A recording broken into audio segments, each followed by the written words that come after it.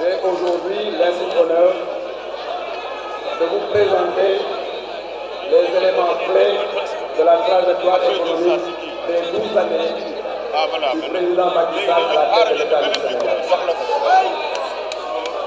Exercice a priori complexe si nous admettons que l'économie est une synthèse multifactorielle qui raconte une réalité et des interactions complexes.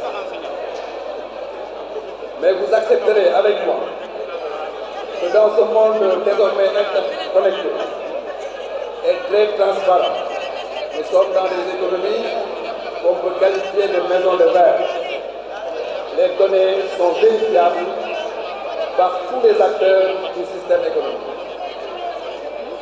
Nous pouvons donc, à partir de données claires et objectivement vérifiables par tous les experts, vous présenter les performances économiques et budgétaires réalisées par le Sénégal dans la période 2012-2021. L'exploitation du livre blanc que vous avez certainement avec vous vous permettra de disposer de tous les détails et des chiffres sur la photographie économique et budgétaire du Sénégal en 2024. Mais il nous semble important d'emblée de vous exposer 4 aspects essentiels des performances réalisées par le président Macky Sall. Il s'agit d'abord, 31, de la révolution dans la méthodologie de gouvernance économique. Ensuite, le PSE ou l'ère de la croissance forte dans le pays. En troisième position, nous allons aborder le changement d'échelle budgétaire au Sénégal avec le président Macky Sall. Et enfin, vous nous permettrez d'aborder l'endettement, mais l'endettement maîtrisé avec le régime de confiance de notre pays. D'abord, sur la méthodologie de gouvernance économique. Pour la première fois dans l'histoire de notre pays, un chef d'État s'écarte des méthodes de planification basées sur le traitement à court terme des problèmes socio-économiques conjoncturels pour s'orienter vers une planification économique à long terme avec une perspective sur une génération. À partir de son programme de conquête du pouvoir, parce que souvenez-vous, le Yoonu Yokkute était un programme de conquête du pouvoir. Le président Macky Sall instaure au Sénégal un référentiel unique, puissant et global de conduite des affaires du pays. Je veux parler du PSE. Ainsi, ce plan Sénégal émergent, adossé sur une vision claire et articulé sur des priorités, a fini de transformer totalement le visage de notre pays. Mesdames, Messieurs, chers invités, c'est sur la base du plan Sénégal émergent que notre pays a inauguré de manière claire et assumée l'ère de la croissance forte. En effet, jusqu'en 2012, le Sénégal ne générait pas suffisamment de croissance économique pour couvrir les besoins de la croissance démographique. Autrement dit, le poids démographique était supérieur à la croissance économique. Cette croissance économique relativement faible installait notre pays dans une spirale de pauvreté. Il fallait donc rapidement faire une transformation structurelle de notre économie pour produire une croissance forte, saine et durable. C'est là toute la pertinence de l'axe 1 du plan Sénégal émergent. De 18% de croissance en 2012, on est passé très rapidement en 2014 à 6,2% de croissance. En 2015, on est passé à 6,4% de croissance. En 2016, à 7,4% de croissance. En somme, nous avons réussi dans ce pays à avoir sur la période une croissance moyenne de 5,6%, malgré, et je dis malgré, le choc de la Covid-19 qui, en 2020, nous a ramené à une croissance de 1,2%. Il me semble donc important, en ce moment, de m'arrêter pour souligner que notre pays s'est révélé pendant cette période de la Covid-19 à la face du monde comme l'une des économies les plus résilientes, parce que, ayant une croissance de 1,3 pendant que la plupart des pays étaient en récession. Relativement à la croissance, nous pouvons dire que si les orientations ne sont pas déréglées, et j'insiste là-dessus, si les orientations du PSE ne sont pas déréglées, notre pays va bientôt s'installer sur l'orbite de la croissance à 2 chiffres. Notons par ailleurs que la croissance générée par le PSE n'est pas une croissance tirée par des flux spéculatifs et virtuels, mais repose sur l'économie réelle, à savoir l'agriculture, le tourisme, la pêche, les mines, l'industrie, etc.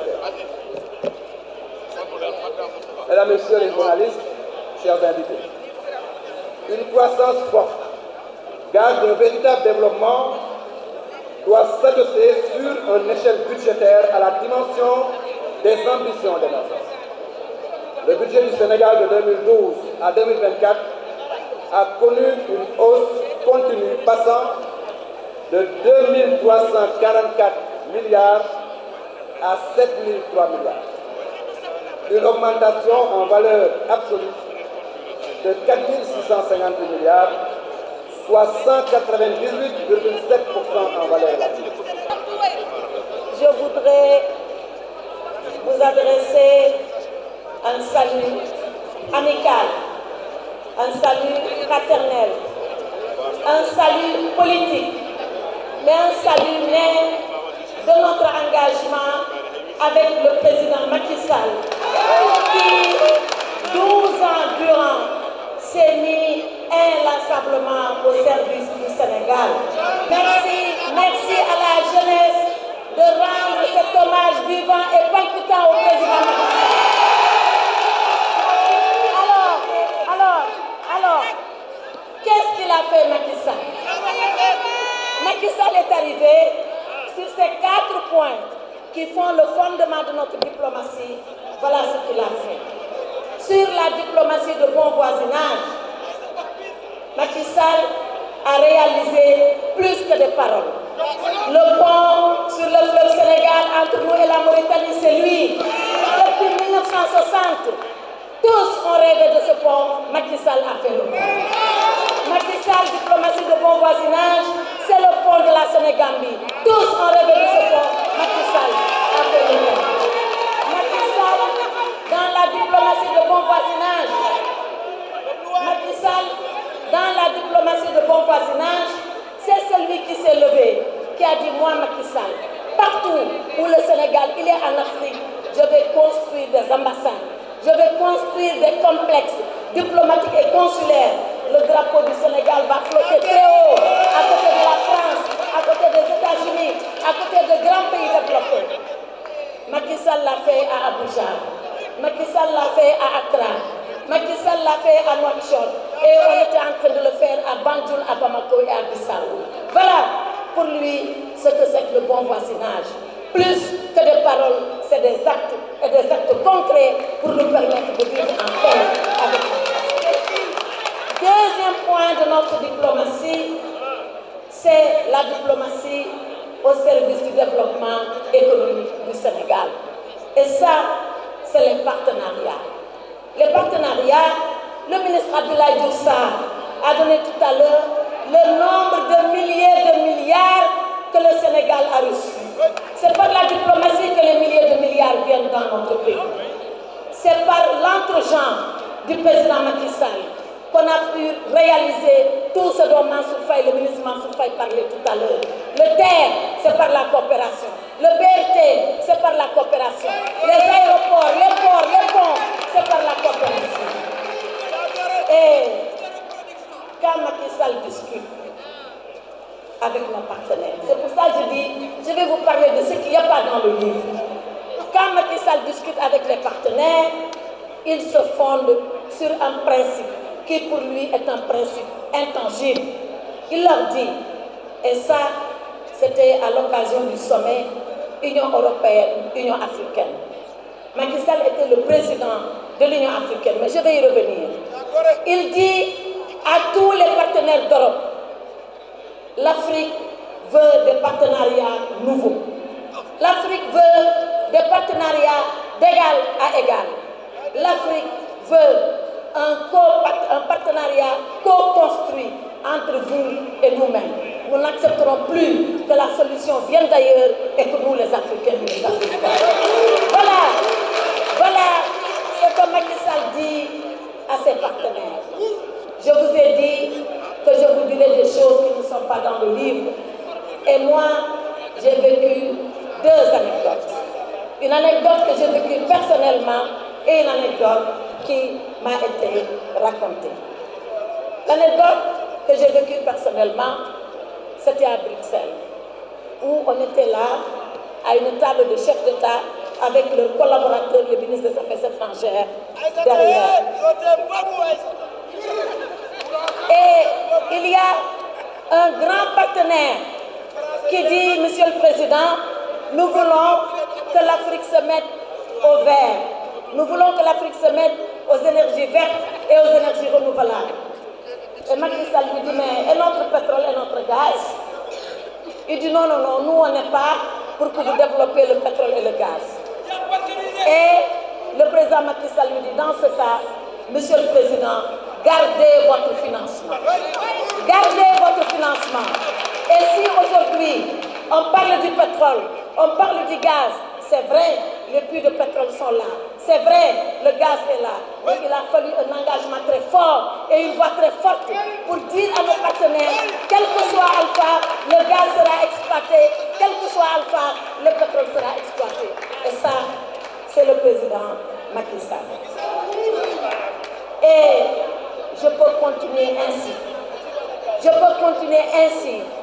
Parce qu'à chaque tribune, et Macky Sall, c'est le président qui a fait tous les sommets avec les partenaires. Il a fait le sommet Union européenne, Union africaine.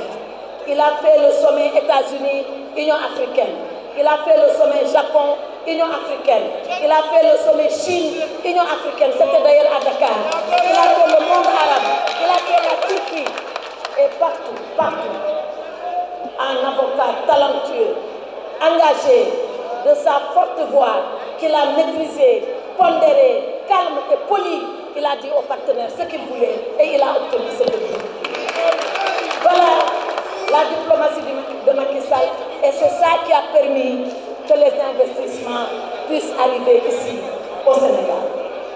Troisième point de notre diplomatie, c'est la diplomatie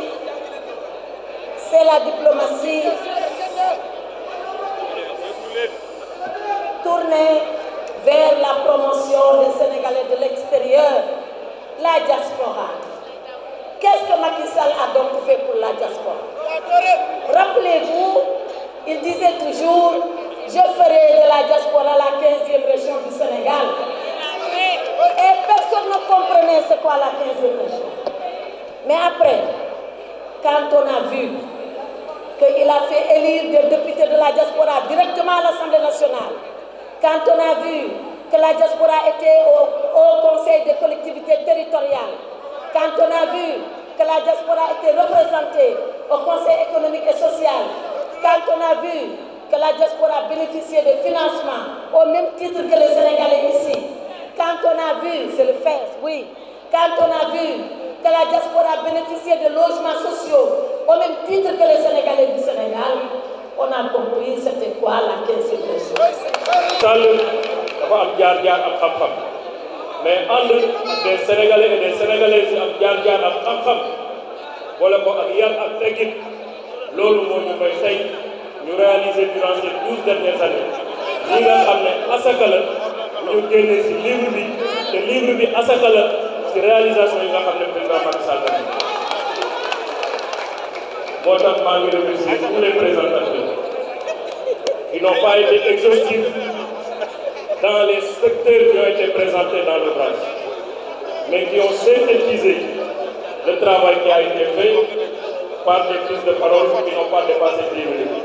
Donc bravo à tous les intervenants ci diplomatie, ci économie, ci santé, ci équité sociale territoriale, mais ci li nga xam ne dafa am solo mooy la gouvernance de la justice, la gouvernance, les réformes de la justice, mais beneen secteur bu gën a am solo mooy le secteur primaire agriculture li ñu fi def li ñu jëlee budget fi ñu ko ëllëg waaye pêche li ñu fi def waaye aussi transport ak économie maritime li ñu fi def mais def nañu aussi li nga xam ne mooy enseignement ak éducation nationale. li ñu bëgg nag ci livre bi du xuloo du xeex waaye nag ku liggéey da nga bëgg ñu xam ne liggéey la nga bàyyi ko fi bu ko defee nag mu nekk stimulation pour ñi nga xam ne dañuy ñëw ñu xam ne Sénégal waruñu toog rek nekk ay yaafus dafa am fu ñu bëgg mu dem mooy un Sénégal développé, un Sénégal prospère, un Sénégal de progrès. kon wax dëgg yàlla ci turu comité d'organisation bi Seydou ñu ngi leen di féliciter di leen remercier bu baax di remercier ñi fi jël kàddu yëpp li ñu wax nag vraiment waxuñu leen ci équité territoriale waxuñu leen ci réforme de la décentralisation fi ñu jëlee le monde rural fi mu nekkoon en 2012 réforme acte 3 de la décentralisation ni mu émanciper le monde rural waxuñu leen les programmes d'équité territoriale yi accompagnent la réforme de la décentralisation le PUDC le PUMA ak yeneen programme yi nga xam ne dañu ñëw remembrer les zones géographiques déshéritées du Sénégal loolu mooy li nga xam ne mooy équité territoriale te waxuñu leen programme jeunesse du président Macky Sall ak les maisons de la jeunesse yi nga xam ne bientôt di ngeen gis nag ñuy ngénte doom yoo xam ne juruñu leen parce que liggéeyu président Macky Sall bàyyi fi la kon loolu def nañ ko ci livre bi ak xëyu ndaw yi nga xam ne a mobilisé 450 milliards te waxuñu ko ci fii nga xam ne moom la ñuy defee présentation waxuñu ci sport pour la première fois dans l'histoire du Sénégal ñu am li nga xam ne mooy pour dem rek ñu yàlla ko li ko waral mooy une politique sportive conçue, élaborée, pertinente, accompagnée par des réalisations infrastructurelles pour dem Diamniadio gis ko stade Abdoulaye Wade pour dem Sédhiou gis ko programme yi fay defar pour dem Mbour gis ko Pikine ak Amitié ñu ngi koy commencé di ko defar kon dama ne dañu dem ci sport tamit lu am solo la war nañ ko si liggéey loolu bind nañ ko si liggéey bi artisanat li ñu liggéey ci artisanat may féliciter le ministre Birame Faye ministre de l'artisanat mu ngi si livre bi def nañ loo xam ne kenn xamul lu mu toll def nañu li nga xam ne moom mooy la politique de la femme li ñu def ci ay financement ci jigéen ñi pour jigéen ñi am autonomisation li ñu def ci horticulture pour que production horticole yi gën a yokk pour que souveraineté alimentaire ñu gën ko asseoir loolu tamit mu ngi si livre kon am na ay pàcc yu bari yu nekk si livre bi ñu war a koo xam parce que nag pour liggéey da nga ko war a wane dañu am li fi mag di def di luxaar di wax ak li mu fi fekkoon ak li mag nan yéene koo def bind ko signé ko am ay convention ay financement mu nekk si biir bi ne ko plan d'action prioritaire loolu aussi